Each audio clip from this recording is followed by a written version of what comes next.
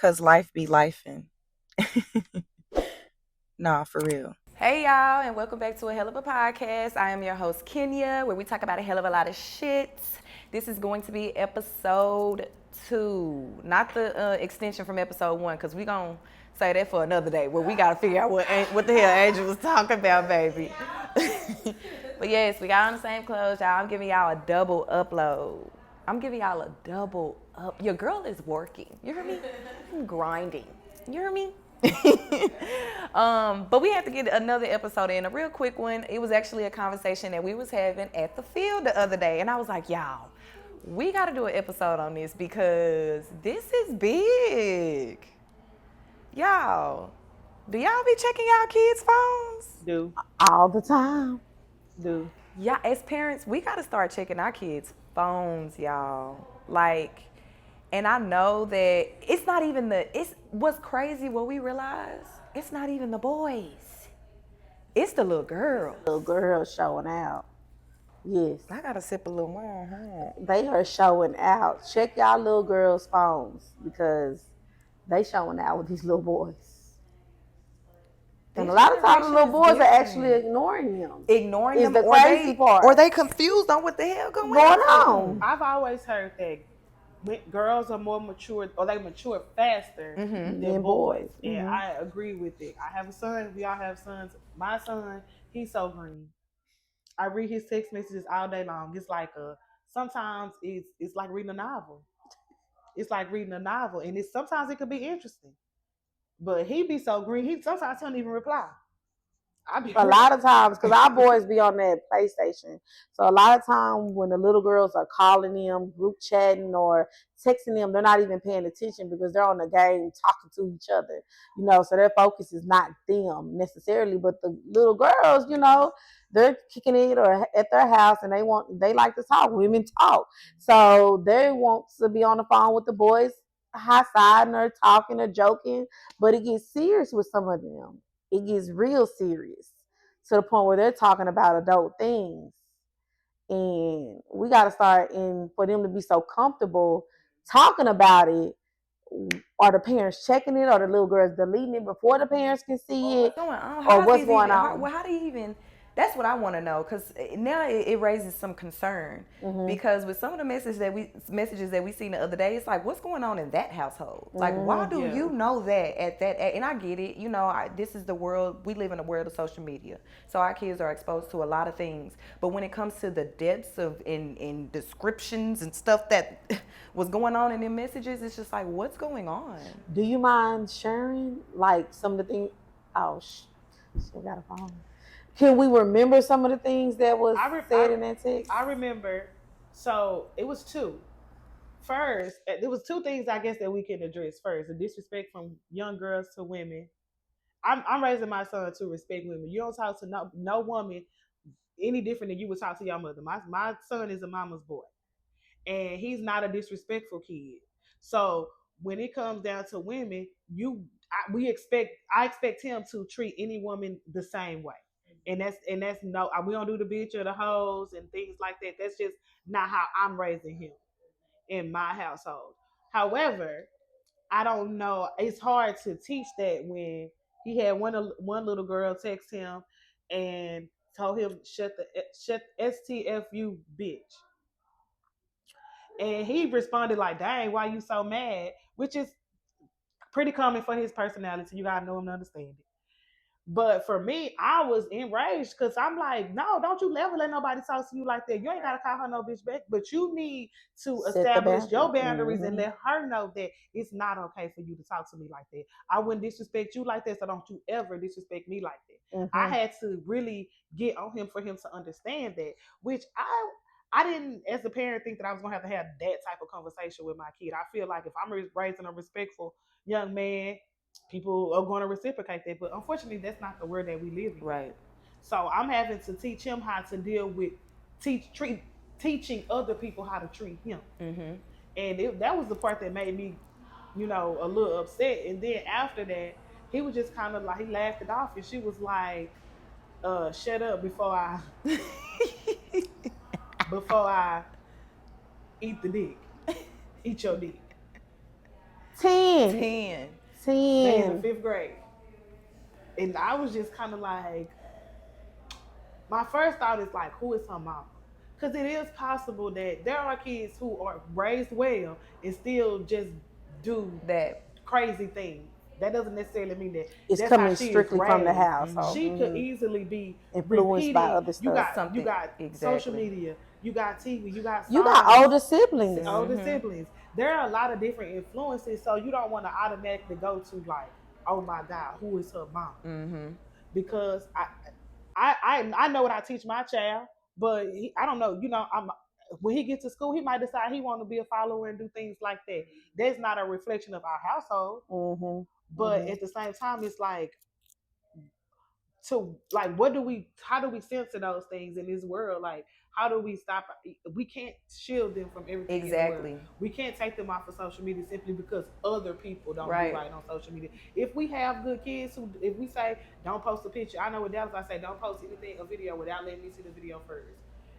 Half his videos are I have parental restrictions on Prince's phone. I see whatever he needs, what game he want to add, how much time he been on the phone. He got to request stuff. Like, so it's just being aware of what they're watching. Exactly. And I think that we simply can't. We can shelter them to a certain extent, but this is my opinion. Like, at the end of the day, they're gonna grow up and live in this world. So we can't shelter them too much. It's just about being present, being aware of what they're doing, and having those conversations with them. Because ignoring it doesn't help it. Yeah, You just gotta face it. You just gotta face it and have the conversation that you need to have with them. We can only do the best that we can do as parents, because at the end of the day, they're gonna grow up and become their own people and live their life how they want to live it. Yeah. All we can do is say that we did the best that we could do. But I think it's just about being present as parents and being actively, aware of what your kid is. I think a lot of it has to do with them knowing that we're going to check it.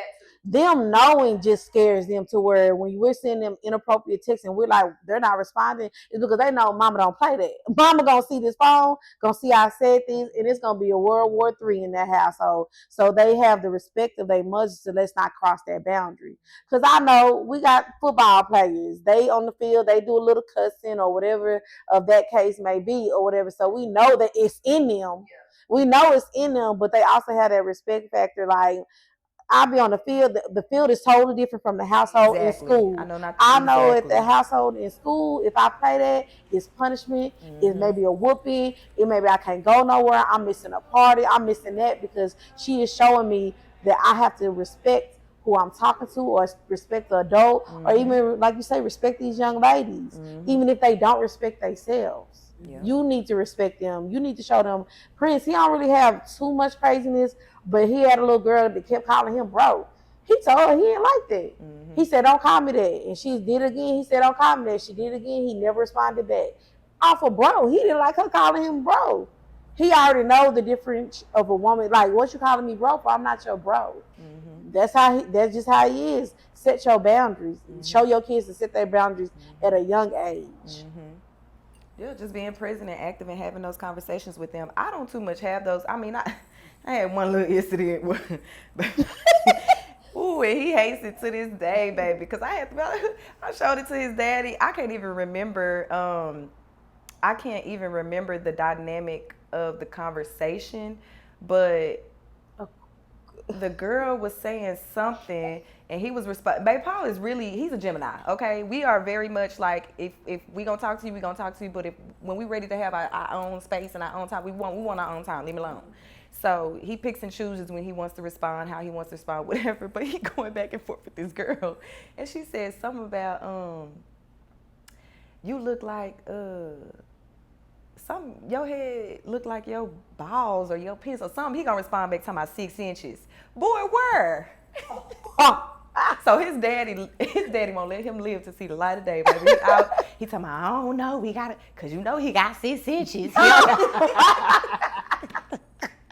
So what do you do, because they are growing up and they're single mothers? There's things that we're not going to understand that they're going through or that they're doing, and we're like, no, don't do that. But is that going to stop their growth as a going into a young man? You know what I'm saying? Because it's like, do you stop him from being a natural boy because we don't understand it as a woman? We think it's like, no, you still my baby. Don't do that. You shouldn't be doing that at this age. But really, when it's natural. That's a part So of it. how do you differentiate yeah. that? Like, how do you to say no, don't do that? Yes, you're a little boy. That's okay. I think I don't think you ever know. Or exactly.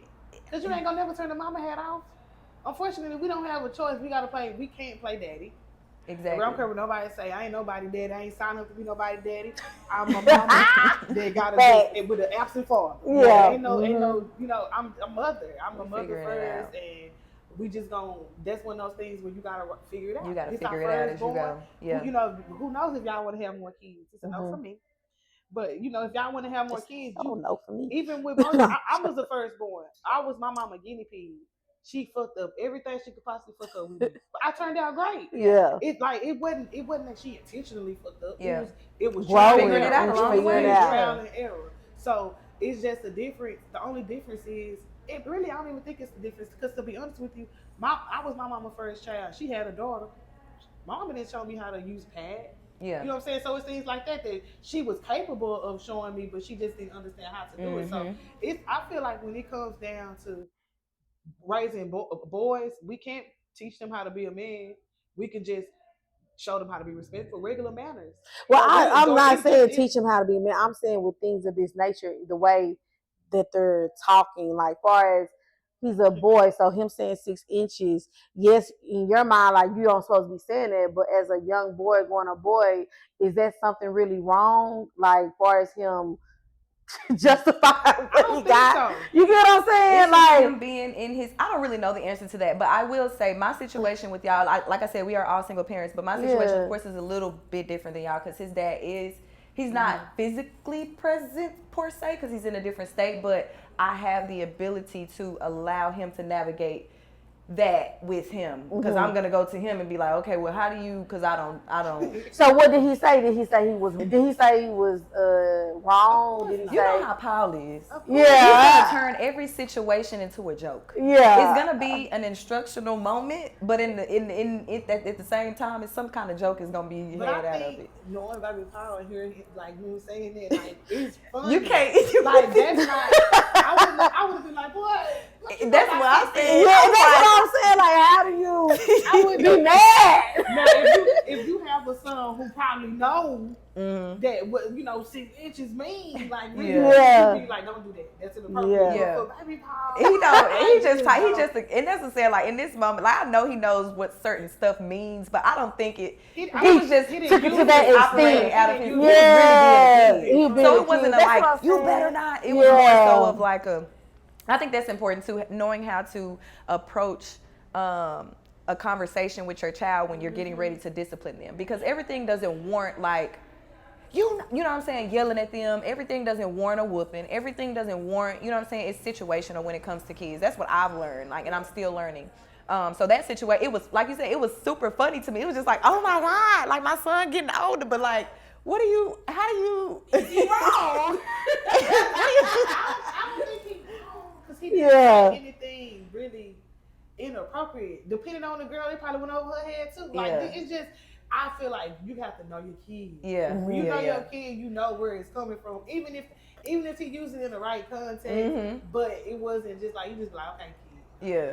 She can't do that. Pipe it down. Hold on, but now. I would have looked at it like a joke. Yeah, I found it more funny than anything. But it was just like, oh my gosh, my son is really growing up. And that's why I'm getting it. He's like, becoming a young man. So how do you just navigate him being wrong or just being a young man?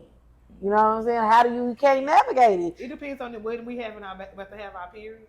That's what I'm talking about. When you really get frustrated, like you know everything frustrates me on my period. It's just like, these boys being boys. No, as long as it's not disrespectful, I'm pretty. Like, but my baby green, so.